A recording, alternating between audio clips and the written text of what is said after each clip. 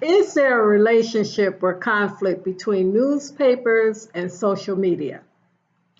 Where's communications going in society? Social media has become a major, if not the main player in the communications industry. Where does that leave print media? I am talking with Lee Edwards, who is a reporter for Block Club Chicago on this subject. Lee, how long have you worked in journalism? 8 years. And what is your current role? I'm a community reporter for Block Club Chicago. How does social media help you do your work? Well, it allows me to first disseminate the stories I do throughout the community. It allows me to learn about new things that are happening and report on them. And it also lets me connect with sources in a unique way because some people don't respond to emails or phone calls, but they're always a tweet, a text away. Okay. Famed professor of literature Marshall McLuhan once stated, the medium is the message. Basically, this means the form of message or media determines how the message is perceived. Do you agree with this theory? I do not. The medium can enhance a message, it can give context, it can bring in new viewership or new readers or new content followers, but it doesn't necessarily change the message per se. Okay. Well, is there a relationship in journalism today between newspapers and social media? It is, it's symbiotic at this point. Social media allows newspapers to reach an audience well beyond its normal demographics, its normal just following readership, and also gives reporters, editors a chance to ask questions, get feedback, and ideas for future stories. Okay. McLuhan once stated, whenever methods or media change, the message automatically changes along with them. Do you agree with this statement? Not necessarily, because stories were written or information was shared, whether it be by hand, through email, through even as much as a letter.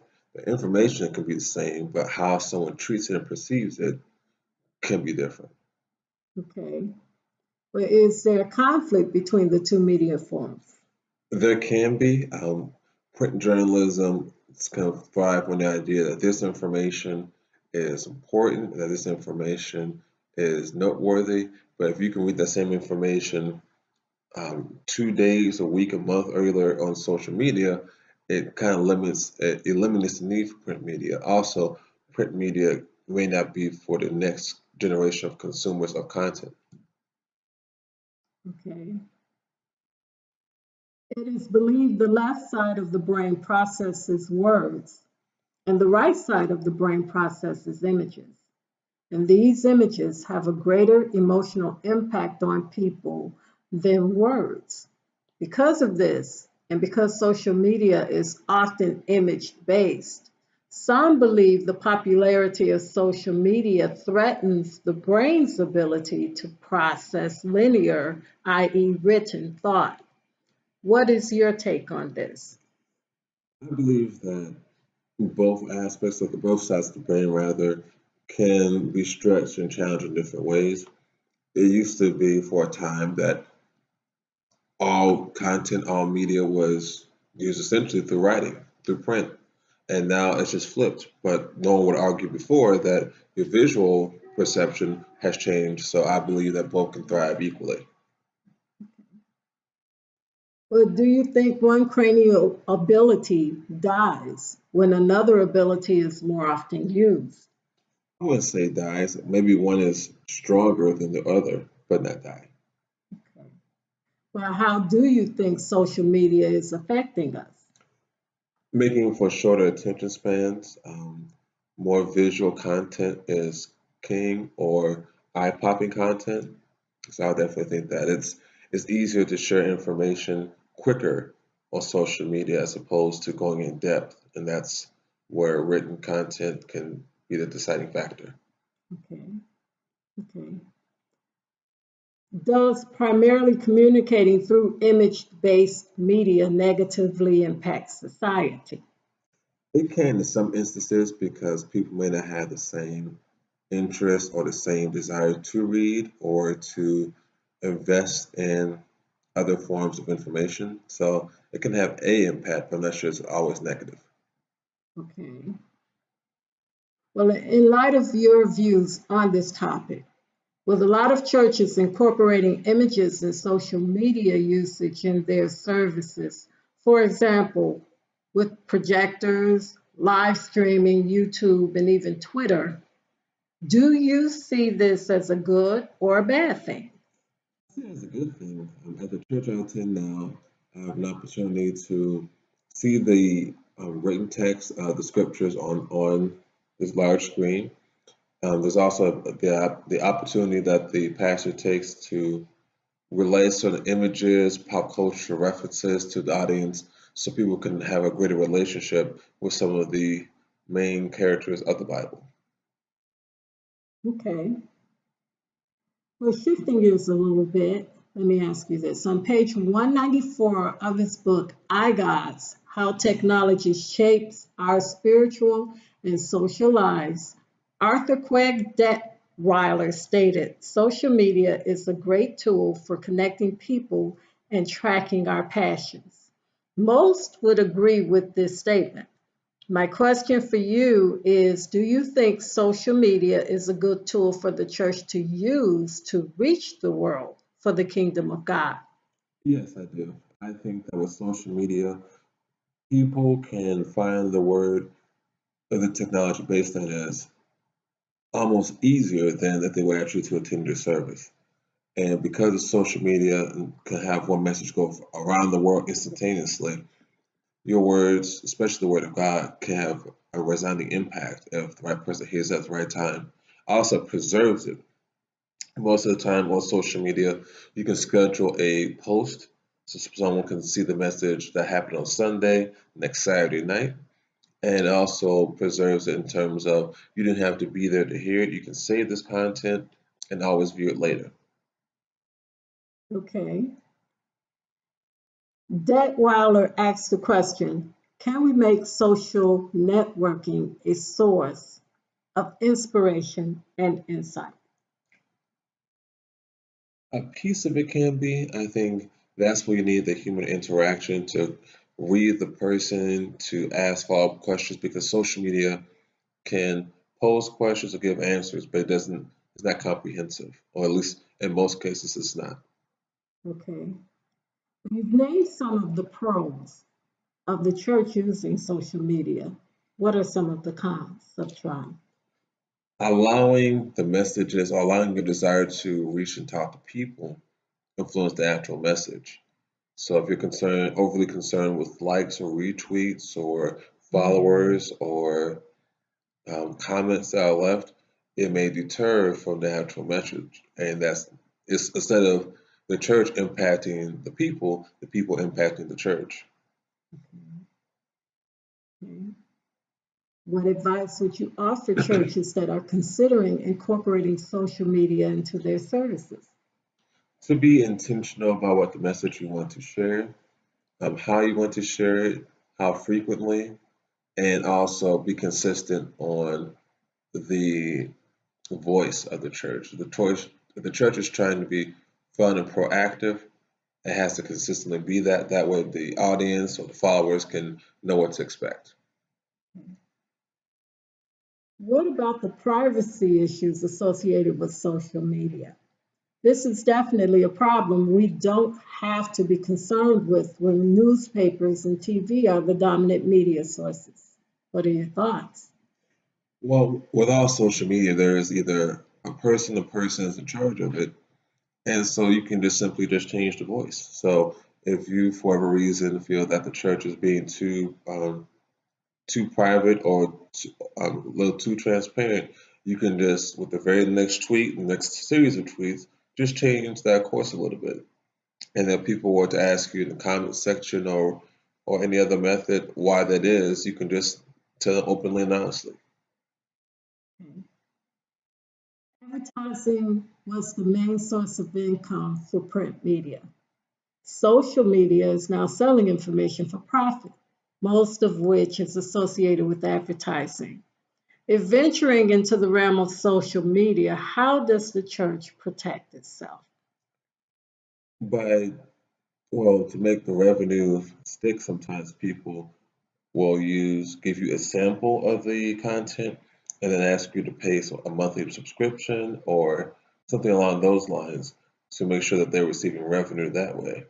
Also, they can make it a situation where it's part of a series of information, whether it be with other partners. So the information you're sharing is valuable, but it's also part of a collective. We're all in this, share this policy of getting information together. Okay.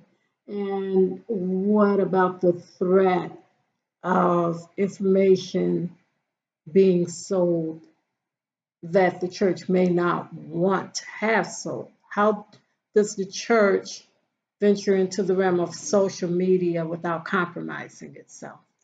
Well, you can just brand everything. I've seen, for a fantastical example of it, being Bishop T.D. Jakes. Everything he does has an insignia of Potter's House, or he lets people know this is the Potter's House production, or he says it. And also, too, when these sort of things happen, where you feel that you become aware that someone's using the church's image or messages or content, you can call people out directly. This is the official page of, for example, the Potter's House. Anything else is a fake. If you're not hearing it from me, Bishop T.D. Jakes, it is not from me. And you can let me know. Please flag us on things so we can be aware. Okay. In your professional opinion, where is communications going? I believe it's coming to a more user-friendly aspects. Things like having an iPhone was the first start of it, where information can be sent to you directly. You don't need a TV or a newspaper or a magazine. And then switch to your phone. I mean, you're not your phone, but your watch, having an iWatch. You don't have to even open your phone, just look at your watch and have breaking news there. I think those sort of things are going to become more prevalent, maybe with like smart glasses I've been hearing about. So there's a lot of different ideas in which to make technology more user friendly. I think that's the next step for communication as well. Okay. What do you foresee the future of print media being? I believe the print media has to focus on giving content that is so nuanced and detailed that it can't be expressed in just a few social media posts. For example, a profile on LeBron James leaving Cleveland to go to Los Angeles. I believe the writer Lee Jenkins from Sports Illustrated, he writes 4,000 words on it. And you may have LeBron talk about it for a minute or 5 minutes, but to get the whole impact of the interview, you have to actually read it. Or if you were to watch it for digital content, it would be like a 35-minute video. So it's much easier for you just to read it. Okay. A lot of newspapers and magazines are posting their editions online and utilizing social media as an avenue to communicate with their audiences. Do you think this will help print media create a niche for themselves and social media to transition into? I believe that as much as possible, print media needs to focus on whatever niche that they have and let social media be a tool to do that, as opposed to hoping that print media itself will sustain. Okay. Do you think print media will sustain? I do, but it won't be in the same aspect as it was maybe in generations before, because as long as technology makes things easier, the idea of spending extra time and or money to search up print media will change. It may not go completely away, it just won't be as prevalent as it was before. Scholars believe digital media and technology will continue to explode. What, in your view, is the future of social media? It's hard to say because it's always changing. It's maybe as short as 5 years ago that the idea of a president like President Donald Trump tweeting out national news through his Twitter account would have been unheard of. But of course, Yeah. things change, and that's not a political statement. That's just what the president decides to do. So I would say the future of social media depends solely on the voices of the people. Do people want more content? Do people want more access? And I think they do, whether it be to the access to their favorite athletes or political figures, or to even the lady that's selling puppies down the street. Her Twitter account can be the best way for her to share the information and advertise, as opposed to just walking down the block, even though she's down the block. Very interesting. Thank you. When print media entered the scene, the church saw the value in it, and Bibles were printed in abundance. The church was also on the cutting edge of technology when radio and television were introduced. All of these mediums were used for the purpose of reaching the masses with the gospel message. Utilization of social media should be done by the church for the same reason. It is my hope that there will always be harmony between print and social media. However, newspapers and other forms of print media most likely will have to evolve in order to maintain that harmony and thus ensure a spot for themselves in society. I want to thank you, Mr. Edwards, for your time. Thank you for having me.